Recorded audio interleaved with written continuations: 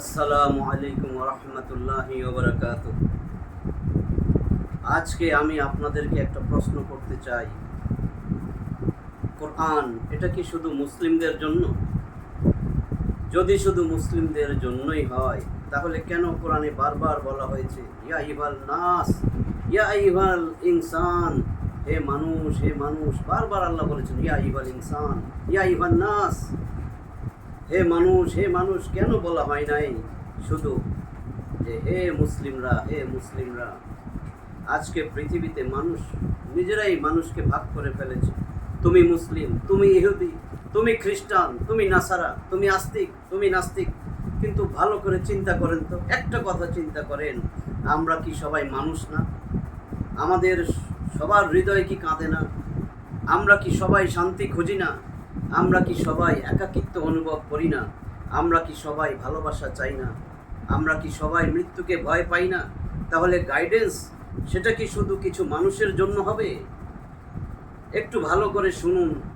সেই মহান স্রষ্টা, মহান রব, যিনি সব মানুষকে সৃষ্টি করেছেন, তিনি তার কিতাব আল কোরআনের 2 নম্বর সূরা, সূরা বাকারার 185 নম্বর আয়াতে কি বলেছেন মনোযোগ দিয়ে একটু শুনেন, বোঝার চেষ্টা করেন, হৃদয়ঙ্গম করেন। আল্লাহ বলেন, আউযু বিল্লাহি মিনাশ শাইতানির রাজীম, শাহরু রমাদানাল্লাযী উনজিলা ফীহিল কুরআন হুদাল লিন্নাস ওয়া বায়্যিনাতিম মিনাল হুদা ওয়াল ফুরকান। আল্লাহ বলেন শাহরু রমাদান আল্লাযী উনজিলা ফীহিল কুরআন, রমজান মাস তো সেই মাস যেই মাসে কোরআন নাজিল করা হয়েছে। কেন এই কোরআনটা নাজিল হয়েছে? হুদাল লিন্নাস, সমগ্র বিশ্ববাসীর জন্য, সমস্ত মানুষ। নাস বলেছেন সব মানুষের জন্য, যাতে সবাই হেদায়েত পেয়ে যায়, সঠিক পথ পেয়ে যায়। ওয়া বায়্যিনাতিম মিনাল হুদা, এবং এটা বায়্যিনাত, সুস্পষ্ট নিদর্শন, হুদা সঠিক পথের সুস্পষ্ট নিদর্শন, ওয়াল ফুরকান, এবং সত্য আর মিথ্যার পার্থক্য নির্ণয়কারী কিতাব, গ্রন্থ। আপনার যেখানেই আপনার সন্দেহ হবে, এই কোরআনে আসলে আপনি কোরআন দিয়ে সেটাকে যাচাই বাছাই করতে পারবেন, এটা কি সত্য, এটা কি মিথ্যা, সব জানতে পারবেন। তাহলে এই কোরআনের কাছে আসতে হবে। খেয়াল করেন, এখানে আল্লাহ কিন্তু বলেননি যে শাহরু রমাদান আল্লাযী উনজিলা ফীহিল কুরআন হুদাল লিল মুত্তাকিন, হুদাল লিল মুসলিমিন, হুদাল লিল মুমিনিন। কোন জাতি, মুসলিম বা কোনো জাতির কথা আল্লাহ উল্লেখ করেনি। এটা কোনো একটা জাতির জন্য নয়, আল্লাহ বলেছেন নাস, সমগ্র মানুষের জন্য। আর আজকে মানুষ ক্লান্ত, কেউ ডিপ্রেশনের সাথে যুদ্ধ করতেছে, কেউ অ্যাংজাইটির সাথে, কেউ রিলেশনশিপ ভেঙে একা হয়ে গেছে, কেউ ভিতরে ভিতরে এমটি ফিল করছে। মানুষের হাতে স্মার্টফোন আছে ঠিকই, কিন্তু হৃদয়ে শান্তি নাই। টেকনোলজি অনেক অ্যাডভান্স হয়ে গেছে, কিন্তু মানুষ নিজের হৃদয় হারিয়ে ফেলেছে। মানুষ চাঁদে পৌঁছে গেছে, কিন্তু নিজের আত্মাকে চিনতে পারছে না। আমি আজকে কাউকে অ্যাটাক করতে আসি নাই, আমি কাউকে ছোট করতে আসি নাই।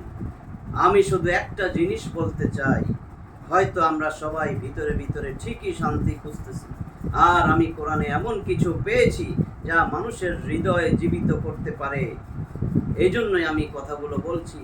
আমি কোরআনে সত্যি এমন কিছু পেয়েছি, মনোযোগ দিয়ে শুনুন, সিরিয়ালটা শুনতে থাকেন, একেবারে আপনি বুঝতে পারবেন আমি যা পেয়েছি, যা মানুষের হৃদয়কে সত্যি জীবিত করতে পারে।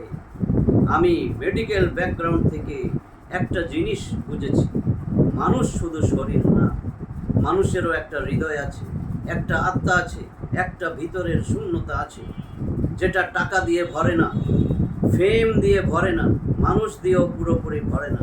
সেজন্য এত মানুষ সব কিছু থাকার পরও ভিতরে ভেঙে পড়ে।